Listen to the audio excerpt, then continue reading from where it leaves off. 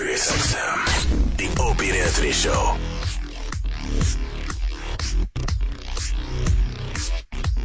Jesus H. Christ. Finally, right? Jesus H. Christ. I just talk. Now you gotta talk some more. Like shove food in your mouth, talk, shove some more food in your mouth. It's cray.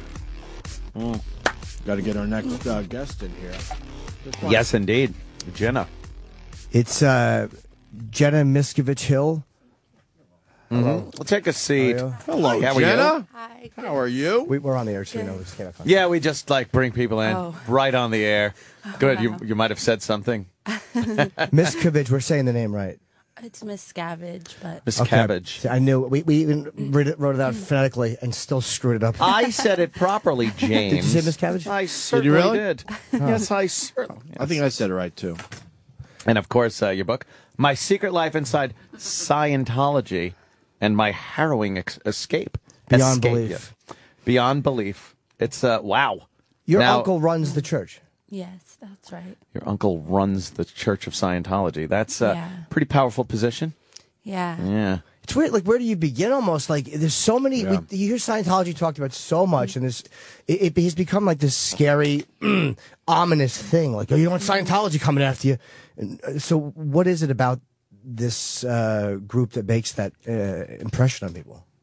I mean, I know they're obviously very litigious, and so that's definitely a concern for a lot of people, you know. But even, you know, when I originally spoke out in 2008, you know, they had me and my husband followed by PIs for like a month, and they were also having like meetings with my parents-in-law, his parents, and trying to get them to disconnect from us or silence us. So, I mean, it's, you know, it's understandable that people would be scared. What are they trying to hide so much of? Because they are very secretive. There's these things. They don't want people talking about anything that happens on the inside. What is the danger of this exposure? I mean, because it's like they want to appear as some sort of benign self-help religion, and they're not. They're an abusive and destructive organization. Really? What is their end game? Like, what is their goal? If that's what they are, what motivates them and what moves them? That's a good question. I mean, it's hard to say exactly, you know, but if I had to guess, I mean, it's all about power when you're there, you know.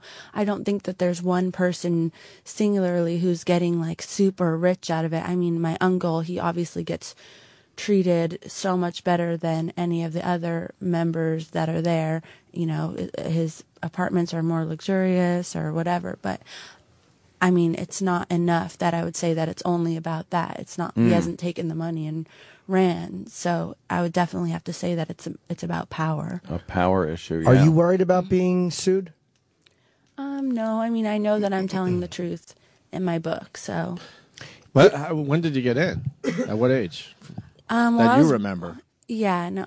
Well, I was born into Scientology. Right. But when I was 2, my parents joined the Sea organization, which is like the inner core of the church. It has its most dedicated members, and they signed billion-year contracts. Right. Billion-year Yeah. contract. How close are you, by the way, to fulfilling your billion-year contract? Not close. Yeah. But you know, they live communally. It's like their clergy, you know, they manage the rest of the Church of Scientology, and, you know, they work like 14-hour days, 7 days a week, and they get little to no time off. Right. They make like $45 a week. Wow. The next question was, when did you Righteous. start realizing I don't want to be doing this anymore? I mean, How old are you now? About I'm 29. 29. Yeah. So how many years ago when you finally said I don't want this? Well, it was in 2005 when I finally left. Right. But Yeah. you felt probably these feelings way before that, right? Yeah, like Because my point is, you were probably scared to come forward and say, you know what, I got to get out of this. yeah, it was definitely a process. That's just how it works, especially when it's something that you were born into it. You know, you don't know any different. I mean, our contact with non-Scientologists was like 0. Really? So when you're there, you don't know what's normal, you know, so it was just a huge process, and, you know, eventually I left. And What was the first kind of chink in the armor for you, like that you went, ugh, wait a minute, what is this? What was the first time you remember thinking that, or when you got that bug? Yeah. Well, I mean, you know, from when I was 6 till I was 12, I was at this boarding school, and we only saw our parents once a week. We did heavy manual labor, 4 hours every day, you know, and so when I was 12, you know, so that was already crazy, but I thought that I was crazy because I wanted to see my parents. But like, so when I was 12, I was sent to Florida for training, but then they said, now you're in the Sea organization, which is the group I was talking about before. And basically from when I was 12 till I was 18, I only saw my mom twice, and I only saw my dad 4 times. Wow. And the majority of those times it was less than an hour. And so that was like, I at one point wanted to go back, and they wouldn't let me. I wanted to go back to California where my parents were, and they just would not allow me. And I was like, Why would your parents allow that? I mean, they were in, obviously, but yeah. How would they be okay with that? That's a good question. I know it is. I'm kind of mad. Like, how would they accept? I'm a father, so I can't even imagine just saying goodbye to my kids for. You're a father. Yeah. No, but I can't imagine just going, all right, you're 12. At what age you said? 12, right? When I was 12, So yeah. 12, just saying goodbye to your kids and basically not really seeing them, you know, for 6 years. Yeah, totally.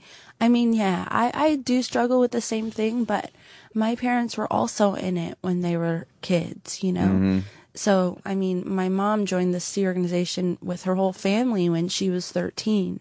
And so I understand, like, more than anyone, that, like, basically, like, the control they have on your mind, and that, you know, you're basically brainwashed, and you think that, you know, you're saving the world when you're there. You think that, you know, you're giving up the time with your kid to make the world a better place for them. Well, for the next billion years, too. Yeah. Right. Yeah, exactly. And so, like, you know, part of me is like, well, I don't think I would care anyways. Like, I still couldn't do that to my kids, but at the same time, I haven't been in that position, you know? Mm-hmm. And even now, I would obviously be more aware of those situations. Yeah, yeah. Do you have a relationship with your parents now? Yeah, I do. Are they still in it? No, they left. They actually left before me. Oh, okay. Yeah. Oh, that made it easier for you to leave. Yeah, and they helped me out get as well. Hold on. So did they call you and go, all right, look, we're out. Yeah. We're going to get you out of this. That must have been a good day. No, actually, well, no. They left when I was 16, and I left when I was 21. When I was 16, they tried to get me to leave with them, and I didn't go. Wow. Because I didn't really, I mean, by that time, since I was 4 years old, I'd been seeing them once a week. And, you know, from when I was, I only saw them 2 times since I was 12. So you had more of a bond almost with Scientology and the Scientologists than with them. Yes. I mean, you know, friends was like everything, because family was like nothing, basically. What was their catalyst to get out? Well, it talks a little bit about it in my book, but I mean, you know, my mom, you know, told me how she witnessed my uncle doing some beating staff. Beating staff? Yeah.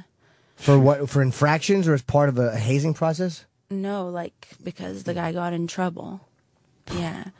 So, and, you know, just other crazy things that were going on at the time. She just said, we're getting out of here. For the record, we beat our staff when they misbehave. Yes. Here. We actually want to beat a few of them to death. Yeah. Clearly justified. Yes. It's not too crazy to beat a staff. Yeah, so far you've not turned me against Scientology when it comes to beating a staff. Right. I think that's something we should all do more of, actually. We could all learn from that. Not saying it's all bad. What is the most closely guarded or secretive aspect of it? Because for some reason, like you look at Catholicism, we all know what the commandments are. There's a lot of inner workings of the church that we don't understand, but we understand what the tenets of the church are. What is the most secret part of Scientology or thing that they worry about leaking? Well, you know, that stuff about the aliens and the volcanoes. I don't know what that. No, what is that? Oh, gosh. It's like the whole basis of Scientology. Yeah, well, you don't know about that when you're in Scientology until you reach a certain level. Like, you have to receive a certain amount of training and counseling, and it can take years. And, you know, the public Scientologist has to pay a lot of money before they get there. Whoa. And, like, so this is, like, totally confidential. I mean, it's in locked rooms with, like, all sorts of security measures. You know, if you have that information in a briefcase, it has to be attached to you, and you get, like, confessionals every 6 months to make sure you haven't like told anyone.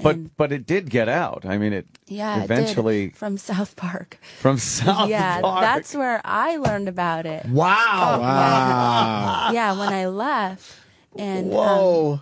yeah, and they teach you that if you find out about it beforehand, that you will like go crazy, or that you'll be like you'll get hurt. You'll be physically injured. Jeez. And I remember trying to like, reconcile that when I was there. Like, how, if I learn about this, will my body get hurt? Like, I was like, what are the mechanics of that? Right? Yeah. But so that's really like what they don't. So they didn't want that out there. So many people would go in and you're like leveling up, as they say, like a role-playing game. And then you reach a point and they go, okay, look, this is how it is. As these aliens, right? Yeah. And they, like, killed a bunch of these people, and, you got these bad elements of those things in you, and it's cleansing you of that. Yeah. I heard a rumor, and I don't know I don't know if it's true or not, but that when Tom Cruise found out what exactly was, I guess, whatever you want to say, the man behind the curtain, or the secret, or the great reveal, however they phrase it, that he was, like, a little freaked out by that. Yeah. Does that happen to Freaked people? out in a good way or a bad way? Not a good way. Like he was pissed like off. that's what it is. Like, Okay, You expect Ashton Kutcher to come out and tell you? But again, that's just, I don't know if that's true or not, but that was what I heard. Wow. Yeah, I heard that too, that had happened like before he sort of came back, but I have no idea if that's true. What is the allure of the celebrity? Is it kind of a PR thing? Is it something like that? And why do you think so many celebrities are drawn to it? Well, a lot of, excuse me, a lot of the celebrities that are there, thank you, are born into it, like Lisa Marie Presley or Juliette Lewis, Erica Christensen, Beck. Their parents were into it. Wow. But Scientology actually targets celebrities. And, they know that people are interested in the lives of celebrities, and they know that if they talk about it, that people are going to hear about Scientology, and they'll hopefully get more people in. When you audit, like, and you do these confessionals, I have a couple of questions about leveling. What is the difference, say, between being a level 1 and a level 2? And I think it goes all the way up to, what is it, like some OS or OS 8 or something is the highest you can get, or whatever. What's the difference between like 1 level and 2, or 2 and 3? Oh, you're talking about the OT levels. Yeah. But let's say starting from the beginning. What is the, like? How do you know you've leveled up? Well, in Scientology, they have like a curriculum, which I hope this isn't too confusing, but like on one side is all the training you have to do. What? No, I'm just kidding. No, I know that. No, but on the other side is all the counseling that you're supposed to do. And so you start at the bottom, you can't skip. And then, so there's grade 1, grade 2, grade 3, grade 4, then you reach clear, and then above that is the OT levels. What does clear mean? Clear is supposed to mean that you are free from your reactive mind, which is like your bad subconscious thingy. So they kind of walk you back, right? Don't they go through every bad memory, and they think as you go through a bad memory, it's being wiped away. It's almost like a Pac-Man thing where they look at each memory as being gobbled up and removed for a visual way. Is that how it works? Yeah, that's actually a kind of a good explanation. Like, they think that if you view the memory in its entirety, that it will disappear. Mm-hmm. Or that it won't hurt you anymore. Yeah. But you have to go back to an earlier similar memory. And this is, and by the way, during all this that's going on, it's just money is being poured out of these people's pockets and into Scientology. Right, yeah, and that's the thing. This thing about the Xenu and the aliens or whatever. Who's Xenu? He's like supposed to be a galactic overlord who like was trying to solve some overpopulation problem on some planet somewhere. And so I love how you talk about it and start laughing. It's like, Jesus. Wait, finish that thought, though, and then what happened? Then what happened? Yeah, how did he solve the population like, problem? I mean, I hope I have this like totally right, because I only learned about it after, and by that time I was like obviously taking it with a grain of salt. Yeah. But and he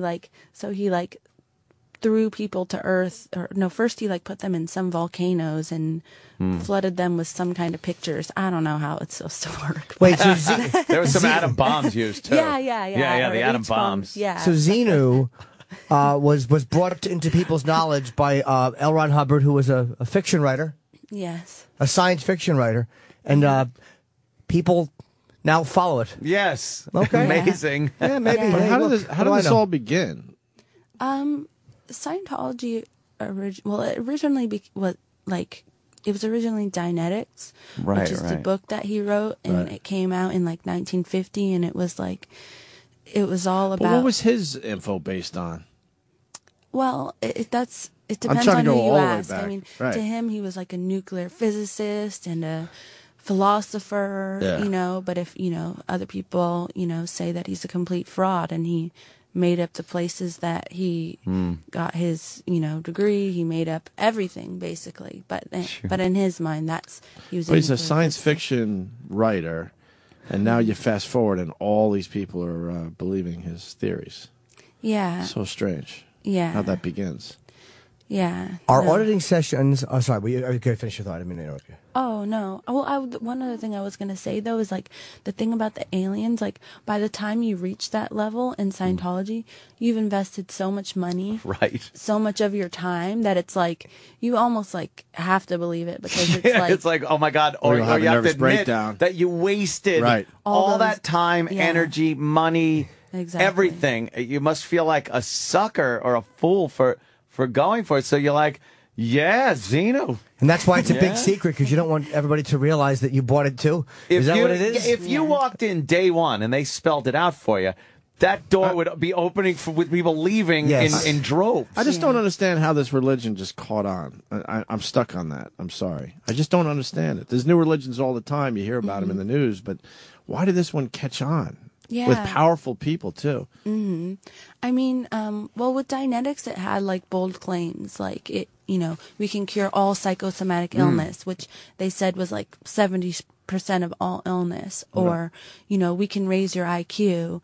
And so at first it was like a science. And so it was self-help. So people, came in for that, and, they started making groups and whatnot. And then, like the FDA started coming down on them to sort of prove some of these claims. And then at that point it became a religion. I mean, Isn't that when the spiritual got introduced, kind now, of? now you yes. can't See, now, touch all us. right, now that makes a lot more sense. Yeah. Had to come up with some kind of spiritual yeah, they thing, had to so twist it. Make up a story. exactly. They had You- to twist it because, like, Yeah. You don't have to prove a religion. It's that faith thing. Yeah, exactly. now you don't have to prove anything anymore. Exactly. And people are less likely Gotcha. to be skeptical about a religion because nobody can prove their own religion. Right, You, right, you know, you yeah, can. Right. I got one question for you. You've been out 8 years, right? Mm-hmm. Do you believe in any religion or spirituality? Like, where's your mind at nowadays?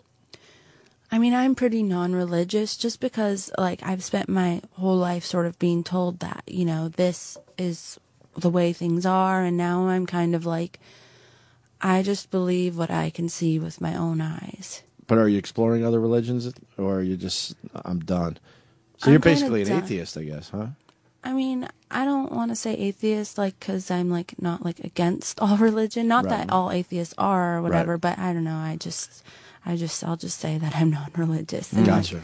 I mean, but, I have 2 kids, like, I've spent, like, more of my life in Scientology and some religion than I have outside of it. And so I'm not, like, looking to spend a lot more of it, like, looking into religion. How old are your kids? My daughter is 11 months. Nice. Wow. Yeah. And my son is going to be 4 on Saturday. I ask you that. Is it hard to bond with them, knowing what you went through with your parents? No, Oh, like good for the you. opposite. It's Good like, for you. yeah, no, not at all. I mean, they're like, I don't know, like now I can see, like, when something happens to you, it's like, oh, I'll be fine, But now that I have my own kids, it's like, how vulnerable they are and how innocent they are. And it, like, I mean, it makes your blood boil to think of these things that happen. So, I stay at home with my kids. I work hard not to make the same mistake. That's what my world is about right now. Are you? Does it affect you that it was pretty much wasting your youth? Do you have resentment Well, obviously, dealing like with? that kind of like sucks sometimes. Yeah. But I mean, what's cool about having kids is like, you know, I sort of get to have like a childhood that I didn't get to have, like playing around, exploring. Kids like, yeah, they really bring you out of your shell. You know, you got to do a lot of stupid things to entertain them. And so that's brings pretty you back. awesome. It really does. Yeah. And you have a good relationship with your parents, you said?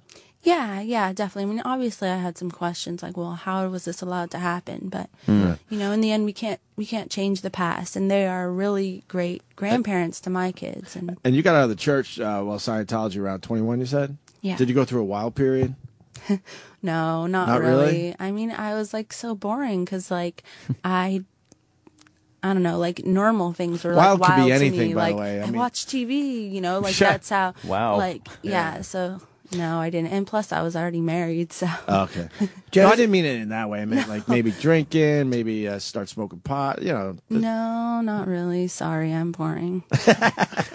Are auditing sessions where you kind of tell everything in your life, is it possible? I've always wondered, are those things documented or recorded? Absolutely, yes. I mean, not only is the person who is the auditor writing down everything you say, it's supposed to be confidential, but whatever. But there's almost always a video camera in the room, and there's actually a story about it in my book where it talks about, you know, me saying, "Turn off the camera, turn it off," and trying to get. I mean, they actually like if you try to leave these rooms before they're done with you, they actually physically hold you in the rooms, and talks about that in my book. Wow. So, is it possible that there are people who are just say of celebrity status, who may who realize that at a very weak point I said some extraordinarily incriminating things on video? Yes. Maybe admitting whatever it would be, homosexuality or other things that now I don't have control of where that videotape winds up. What are you talking about? But you know what I'm saying? That to me is a very... Yes, absolutely. I mean, that is highly possible. So where would those tapes, I don't mean the exact address, but who's in charge? It's almost like when J. Edgar Hoover died. Everybody was scared to kill him before because they didn't know where his files were. So what happens to these files once these tapes are made? Wow. Well, I don't think that all the tapes are kept. But I mean, definitely the written down information they're stored in. They're stored in folders. Like, you don't think the tapes are kept, like not even on hard drives now, that the space would be so minimal? Maybe no. I bet I'm the not juicy sure. parts.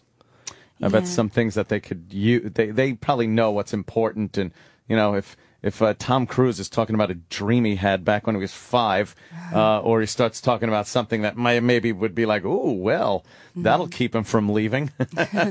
Yeah, I mean, I think that their like excuse for recording is that it's for, you know, they're making sure that the auditor was operating the e-meter properly. Oh, sure, yeah. What's the e-meter? It's the it's like sort of similar to a lie detector, and it has the soup cans that you hold on to. Yeah, you hold on to the cans, and it has like a dial with a needle, and it basically supposed to measure resistance, which they think comes from your mind. I think, as a matter of fact, I think the time machine from Napoleon Dynamite had more credibility than the e-meter machine. I forgot to put in the crystals. What kind of uncle is what kind of guy is your uncle? I mean, we hear Bob's your uncle. We hear so much about him, and just from your own experience, I mean, what type of a guy is he? Would you say he's a guy who genuinely believes everything and wants to make the church a certain way, or is he a ruthless guy, or is he, what kind of a guy is he? I mean, he's definitely like all of the, like he's ruthless, but he can also be really charming. I mean, he didn't become Tom Cruise's best friend, I'm sure, by like showing his like dark side, you know, or being a jerk, you know. So he can be both. He can be very two-faced, you know. He's definitely has a lot of like force behind his words when he talks to you. So he's very much feared and also very much loved inside of the church, you know. So he can sort of switch, you know. But you know, that would be my question to him. You know, do you even really believe this anymore, or is it just about power? You know, I don't know. I got a question that Jim Norton desperately wants to ask. Do you have a picture with Tom Cruise? No, I've never met Tom Cruise. Wow, that's funny. Yeah. Why? You've never met him? I was just like some like niece somewhere, you know. Couldn't your like, uncle have arranged that? Yeah, he could have, but like, I mean, we weren't like BFF, you know? We're like, I mean, me and my uncle, I actually had I definitely saw him. I saw him more than I saw my own parents, but I was closer with his wife, my Aunt Shelley. Now this is interesting too. Now your Aunt Shelley, how long were they married? Because she's not been heard from in a while, correct? Yes, that's correct. What exactly? What do you know about that, or what? I don't want to say it wrong. She's been missing. She just one day didn't show up for work, or? No, I don't think that they're saying that she didn't show up for work. I think that they're saying that they haven't seen her with him in his public appearances, I guess. So, and I mean, the church is saying she's still there. I mean, has anybody seen her publicly? Publicly, no, but they probably haven't seen any of the other Sea Org members publicly either, because they're like guarded around. You know, there's usually gates around these compounds and that sort of thing. So, do you think that she is alive? I think that she is. Yes. Okay. I mean, I obviously have no idea. Sure. So anything I would say is just speculation. But I mean, it just sounds to me like she got into trouble and she got demoted, and she probably has so much information and whatnot that they're sort of keeping her somewhere where she wouldn't be seen publicly, or wouldn't really be exposed to the outside world. But I mean, not like in like a basement. I wouldn't like. Right. I mean, but just like at a lowly job or something like that. Are you the biggest, or say, is it an embarrassment for them that you are out being, with the same last name as the, I guess the head of Scientology? I mean, you're not just some low level guy that got involved at one point. I mean, you're legit, and they cannot discount you by saying, "Oh, she doesn't know what she's talking about." So, how do they handle you? How do they deal with you? I mean, I think that I'm just like guessing that it's probably a touchy subject for them, because, anything they kind of say bad about me, it's like I was in Scientology my whole life, It's a reflection on them, yeah. Yeah, so I'm like a product of that. And then on the other hand, I am, obviously my uncle's the head of the church, and so it would look bad on them to be attacking their own family, even though they don't care about family. And so I think that kind of makes me feel a little bit more safe than maybe somebody else would coming out about it. Is it harder? Because we used to see videos like of people like being like, people, Scientologists yelling at somebody, and I don't even know if they were real Scientologists, but that's what the impression I was given, is that these were videos of Scientologists yelling at people who had left. Is it harder for that to happen in the age of the internet, where everybody kind of has a voice now? Do you think have they lost what you would see as power? I definitely think so. I mean, yes, I think that's a huge thing, They kind of have, will suffer the consequences of those kind of actions. Yeah. It's you say they're very litigious, which they are. Yeah. But with so many people now and so many avenues to express yourself, it doesn't seem like they can go after everyone like they used to. Because now it's anybody who has a blog can get a lot more information out there than somebody who's just shoving pamphlets under windshield wipers in the old days. So that must limit their power base also, to that threat of lawsuit. It's still there, but it doesn't seem to be as huge as it used to be. Yeah, exactly. And now also the more people who know they're litigious, they probably are like trying to be like, well, no, we're not. And so, I'm just guessing, but they don't want to like prove that right by like being litigious. Suing everybody. Yeah, exactly. Wouldn't they also, in a lawsuit, don't they also have to expose documents or whatever? Like if you say something, don't they all of a sudden become, or any group that sues you becomes vulnerable to say, if you say that say you say any group is full of shit, well then don't they have to open up and show, no, this is this, and there's maybe things that a group wouldn't want to reveal.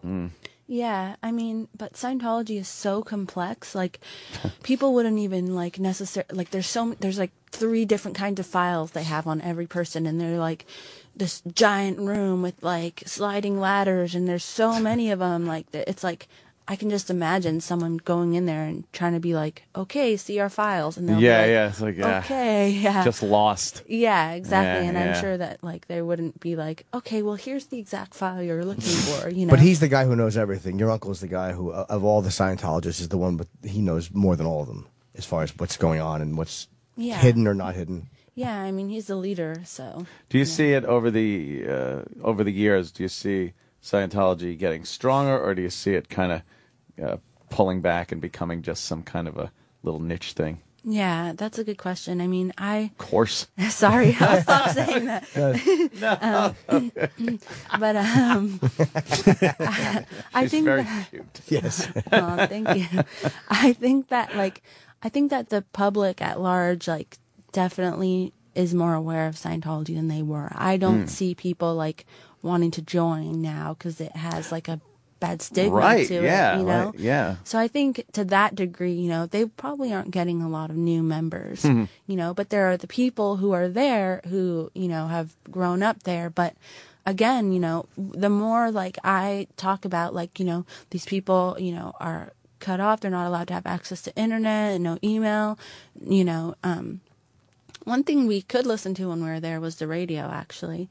But there's no TV. I think that the church feels the need, or they're cut off from their families. They feel the need to let people meet with their families and that sort of thing. And maybe, because of that, somebody will hear, about my book or my website. Right. Yeah. And they'll be like, oh, I knew her when I was there, or that kind of happened to me, and just not be able to stop maybe reading it because it's so similar to their own experience. So I hope that, something that I've done can plant a seed somewhere, or maybe when one of the Sea Org members has their one day off that they maybe their mom who never sees them has been worried about them, and she mentions something, and I don't know. What would you work? What kind of work would you have to do in Sea Org?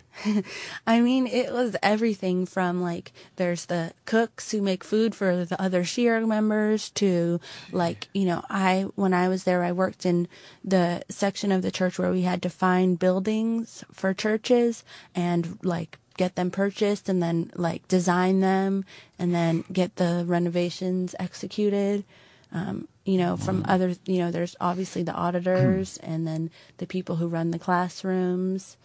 That sort of all Sounds like different stuff. busy work. It is. Just keep everyone busy. How did they become a religion? Because doesn't that give you tax-free status, which is a huge financial advantage, I'm sure. Yeah. I mean, they were given tax-exempt status by the IRS. And I mean, there's different, stories on how that happened.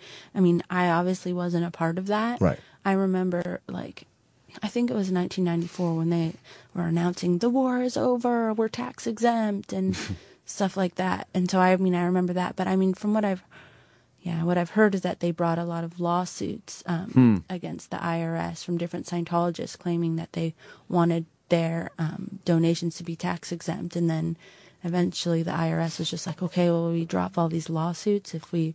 But I mean, did they? Wow, was it a rumor that they actually out litigated the IRS? Yes, that is amazing, huh? Yeah. Wow. Scary. Now, is the lawyer, you hear about Travolta's lawyer all the time just because he's in the news? Marty something. He's obviously a tremendous attorney. The last thing you want to do is get a letter from him.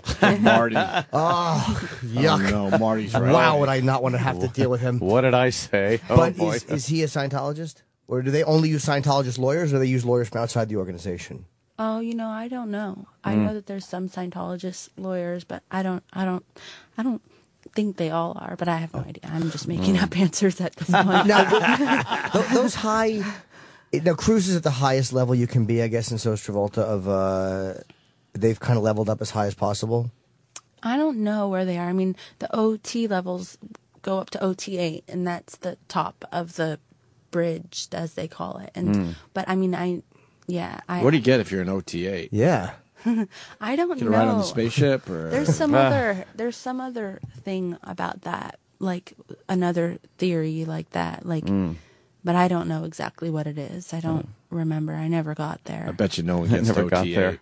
They do actually. They do. Yeah. And then there's a new expansion pack coming out in of course, spring. yes. Yeah. Exactly. How do people know you're OT8? Do you have something that indicates that, or do you just squeeze it in a conversation, or how do they know? It's a wink, secret handshake. Yeah, you get a medallion. Yeah. No, I mean actually to do to learn about OT8, you have to go to the ship that they have, the Free What's Winds. that? They actually have a cruise ship, Oh. the Free Winds, and that's the only place where you can learn about that. Can you do the Macarena on the cruise ship? Yeah, is it a fun cruise? Is it fun, or is it all like a drag? I think it's both. I went there once when I was little, But I mean, we were just taking a tour. We learned how to tie knots. How long are you on the ship for when you're becoming from OT7 to OT8? Is it like a 1 week course or is it 6 months? I don't know because I never did it. I mean, I know that my grandma was OT8. Whoa. And but yeah, on OT7 you have to do that one in Florida in Clearwater. So yeah, and I think that's like the longest one. That's when you Clearwater. actually Yuck. yeah. Well, and OT7 you actually like audit yourself. Like you hold your own cans and you like operate the Wow, ammeter. sounds like a great website description. And you write everything down and you like actually like ask yourself questions and like answer them to yourself, but you like do it in your head, like you don't. Yeah. Wait, so you just basically, there's a video of you holding cans and they go, congratulations, you made. How do you screw that up? Congratulations, you made it. You drop the cans a bunch of times. Yeah. I got every answer right. Yeah, how does that, how do you not, how do you start that and then screw it up? I mean, you get like, even though you're auditing yourself, you get like, you have to do the 6-month check, which is the confessional. You get that from someone else. And so you have, and like when you're there, I mean, you believe that, you know, if you're dishonest, you cannot make progress. You'll never, you know, get to where you're going. It will be, you know, it will hold you back.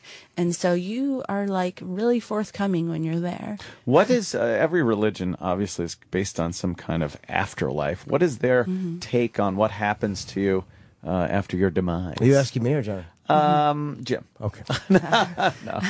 Well, they believe that in Scientology, you know, well, they don't have a god and they don't worship anything, but they believe that you're a spiritual being they call Thetans, and then you basically, you live lifetime after lifetime. So when your body dies, you pick up another body. So it's kind of a reincarnation thing. Yeah. But is it all earthly, or can you be reincarnated on some faraway land? Far away land. Really? Yeah. Like Yeah. the Shire? I want to go to the Shire. Be a hobbit. And they said that you drop your body, because I've only got through a little bit of your book because we got it last night, but it said LRH drops his body or whatever. Is that what they call it? Yes, that's exactly what they call it. Yeah. They don't say you're dying. Oh, No, really? yeah. My body's dropping in April, yo. Could someone take Tom Cruise's body after he drops Yeah, his? exactly. What if that'd be a very popular one to Be go an after. action star. Yeah. No. What about the no. gay rumors with Tom Cruise?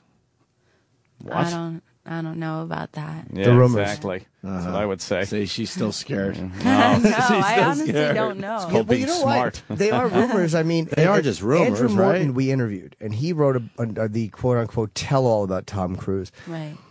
And they didn't go after him. But he came to the conclusion, which, again, it may have been the right conclusion, that Cruise was not gay, that he was straight. And I always wondered, like, I don't think they were going to go for anybody writing an unauthorized biography, but I was wondering if they were very happy with his conclusion, so it kind of allowed the fact that he wrote an unauthorized, almost like, hey, look, an unauthorized biography said this, so why would we go after the guy for that? Yeah. I Maybe mean, some trickery. Or on his part. or maybe or maybe he's really not. Like, that's got to be annoying if you're not gay and everybody's asking you. That would really. It's bugged me a few times. I've had a few indiscretions. Well, they're telling us that Jenna has to go because you have other press. But the book is called Beyond Belief. I'm only 2 chapters in, and I'm literally reading it as I walk to the bathroom. It's unbelievably interesting to look into this world that we hear about. Yeah. And from a genuine insider. That's very cool. Yeah. thank you. Thank you, Jenna. Thanks, for coming guys. in. Absolutely. thank you very much. Okay. Thank you.